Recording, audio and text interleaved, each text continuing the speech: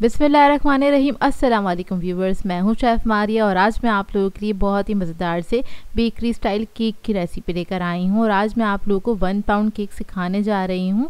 बहुत ही आसान सी रेसिपी है, इसको आप बर्थडेज वगैरह पे बना के सर्व कर सकते हैं। इस वीडियो में मैं आपको चॉकलेट स्पंज बनाना बताऊँगी। बेसिक स्पंज है ये, और इसके साथ मैं आपको बजट फ्रेंडली चॉकलेट सॉस बनाना बताऊँगी, या फिर आप चॉकलेट फज भी कह सकते हैं। क्रीम किस तरह से व्हिप की जाती है ये भी शेयर करूंगी आप लोगों के साथ, और केक को बहुत आसान तरीके से किस तरह से डेकोरेट किया जाता है आज ये भी शेयर करूंगी। तो इस वीडियो को लास्ट तक ज़रूर देखिएगा। तो चलिए आइए वीडियो स्टार्ट करते हैं। तो इस केक को बनाने के लिए हमें चाहिए होंगे 2 अदद अंडे। अंडे रूम टेम्परेचर पे होने चाहिए। इसके अंदर हम ऐड करेंगे 50 ग्राम चीनी, पिसी हुई चीनी है ये ऐड कर देंगे और इसको इलेक्ट्रिक बीटर की मदद से बीट करना स्टार्ट करेंगे। जब तक बीट करेंगे जब तक ये जो मिक्सचर है लाइट फ्लफ़ी ना हो जाए और वॉल्यूम में डबल ना हो जाए। तकरीबन 3 से 4 मिनट लगेंगे इसको व्हिप्ड होने में। तो देखिए अच्छे से व्हिप्ड हो गया है ये। अब इसके अंदर हम वनीला एसेंस ऐड करेंगे 1/2 टीस्पून के बराबर। बेकिंग पाउडर ऐड करेंगे 1/2 टीस्पून। कोको पाउडर ऐड करेंगे इसमें 1 टेबलस्पून। ऑयल ऐड करेंगे इसमें 2 टेबलस्पून के बराबर। अब इस सबको अच्छे से मिक्स कर लेंगे। चंद सेकंड के लिए बस मैं इलेक्ट्रिक बीटर ऑन करूंगी और बस अब इसको हटा लेंगे। सारी चीज़ें यकजान हो गई हैं। अब इसके बाद हम मैदा ऐड करेंगे 50 ग्राम्स के बराबर और इसको फोल्ड कर लेंगे कट एंड फोल्ड वाली टेक्निक की मदद से। इससे क्या होता है, इसके अंदर एयर्स जो हमने बनाए हैं ना, मतलब इसको हमने इतना फॉर्मी बनाया हुआ मिक्सचर, तो वो फॉर्मी ही भी रहता है और आसानी से सारी चीज़ें मिक्स भी हो जाती हैं, यानी कि मैदा अच्छे से मिक्स हो जाता है। अब इधर एक मैंने बेकिंग मोल्ड ले लिया है। 5 to 6 इंच के मोल्ड की ज़रूरत होगी। इसको मैंने लाइन इन कर दिया था। अब इसको बेक करने के लिए रख देंगे 180 डिग्री पे तकरीबन 30 मिनट्स के लिए। अब यहाँ पर हम चॉकलेट सॉस बना लेते हैं। तो उसके लिए मैंने आधा कप दूध लिया है।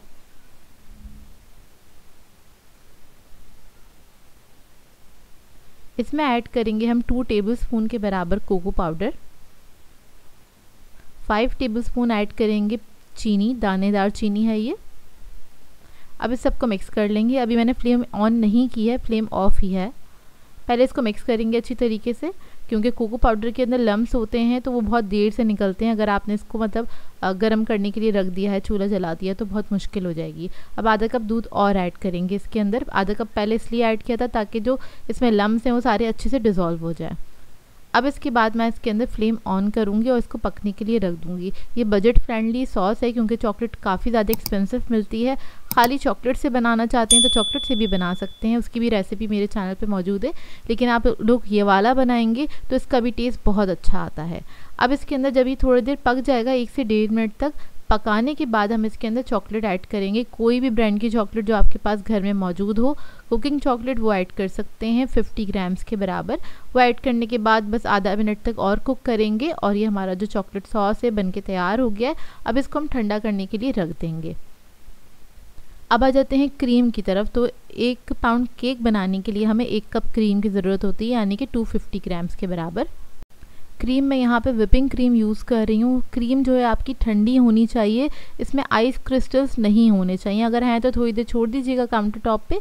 उसके बाद आपने इसको बीट करना स्टार्ट करना है और आपने स्लो स्पीड पे इसको बीट करना है। 3 से 4 मिनट में बहुत अच्छे से ये बीट हो जाती है। अब यहाँ पर हमारा केक भी बेक होकर आ गया है। इसको मैं ठंडा करने के लिए छोड़ दूँगी काउंटर टॉप पे। जब ये ठंडा हो जाएगा तो उसके बाद हमने इसको मोल्ड में से निकाल लेना है। तो सबसे पहले हम साइडें इसकी लूज़ कर लेंगे और इसके ऊपर से हम बटर पेपर हटा लेंगे। तो देखिए कितना परफेक्ट बनके तैयार हुआ है ये। अब इसके हम बीच में से स्लाइस करेंगे। सबसे पहले क्या करेंगे, ब्रेड नाइफ ले लेंगे और उसको आपने 1 इंच पहले केक को कट करना है चारों तरफ से। उसके बाद आपने सेंटर से कट करना है। इससे क्या होगा, इवन स्लाइस कट होगा इसका। तो देखिए कट हो गया। अब इसको हम सोक कर लेंगे। तो इधर सिर्फ मैं दूध का इस्तेमाल कर रही हूँ और कुछ इसमें मैंने ऐड नहीं किया है, उसकी ज़रूरत नहीं होती है क्योंकि हमारी क्रीम भी इतनी मीठी होती है, केक में भी हमने मीठा डाला हुआ होता है और इसके अलावा हम कोई फ्रूट वगैरह भी ऐड करेंगे, वो भी काफ़ी मीठा होता है। अच्छा देखिए, अब इसके ऊपर हम क्रीम ऐड कर देंगे। अच्छा, क्रीम आपकी अपनी मर्ज़ी है कि आप लोग ज़्यादा खाना पसंद करते हैं तो आप ज़्यादा भी ऐड कर सकते हैं, कम खाना पसंद करते हैं तो कम भी ऐड कर सकते हैं।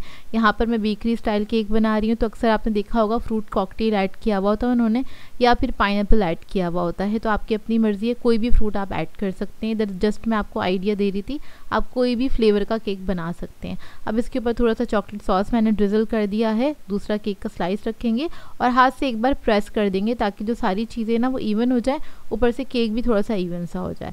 अब दूसरा जो स्लाइस था उसको भी हमने अच्छे से सोक कर लिया है दूध की मदद से। साइडों से जो क्रीम निकल रही थी या फिर फ्रूट्स निकल रहे थे उसको साइड पे हमने लगा दिया है।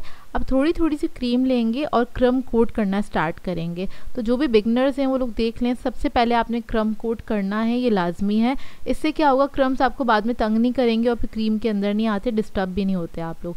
तो बस सबसे पहले हल्की हल्की सी क्रीम लेके हमने इसको इवन कर दिया है केक को। अब थोड़ी ज़्यादा क्रीम लेंगे और आपने साइडों पे लगाना स्टार्ट कर देना है।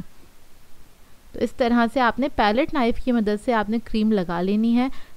जब साइड्स कवर हो जाएंगी तो केक के टॉप पे भी हमने क्रीम ऐड कर देनी है और पैलेट नाइफ़ की मदद से आपने इसको फैला लेना है।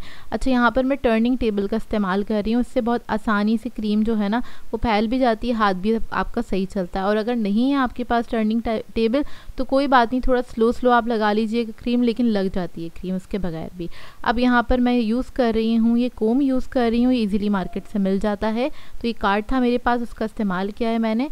साइडें मैंने इससे बना ली हैं, इससे क्या होता है थोड़ी बहुत अनइवन भी साइडें हैं ना, इसकी मदद से स्मूथ हो जाती हैं।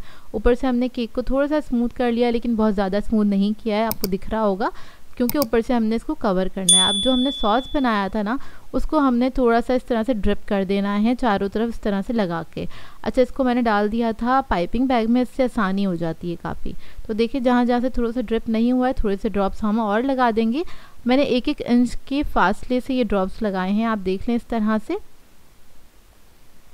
अब यहाँ पर मैंने ले लिया है स्टार नोज़ल, उससे मैं सिंपल क्रीम से ड्रॉप्स लगा लूँगी, जो क्रीम बच गई थी उसी से हमने ड्रॉप्स लगा लेने इस तरह से। आप चाहें तो पूरा भी कवर कर सकते हैं, मतलब इसमें गैप ना छोड़ें, मर्ज़ी है आपकी।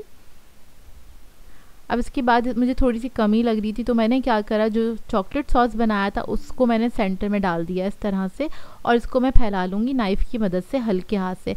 आप लोग चाहें तो पहले भी सारे मतलब चॉकलेट सॉस डाल के और उसके बाद आप इसके ऊपर ये ड्रॉप्स लगा सकते हैं।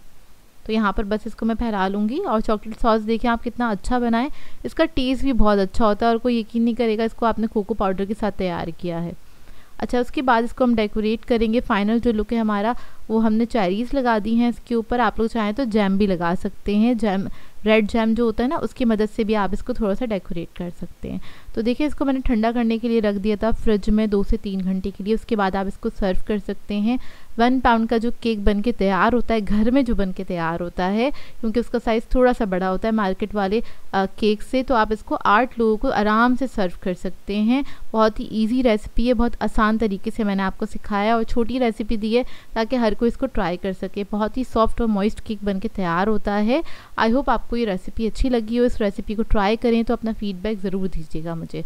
सो व्यूअर्स, अगर आप लोगों को मेरी रेसिपीज़ अच्छी लगती हैं तो मेरे चैनल को सब्सक्राइब करें, लाइक करें, कमेंट ज़रूर किया करें, शेयर भी ज़रूर किया करें अपने फ्रेंड्स के साथ, फैमिली के साथ। तो मुझे अपनी दुआओं में याद रखिएगा। अल्लाह हाफ़िज़।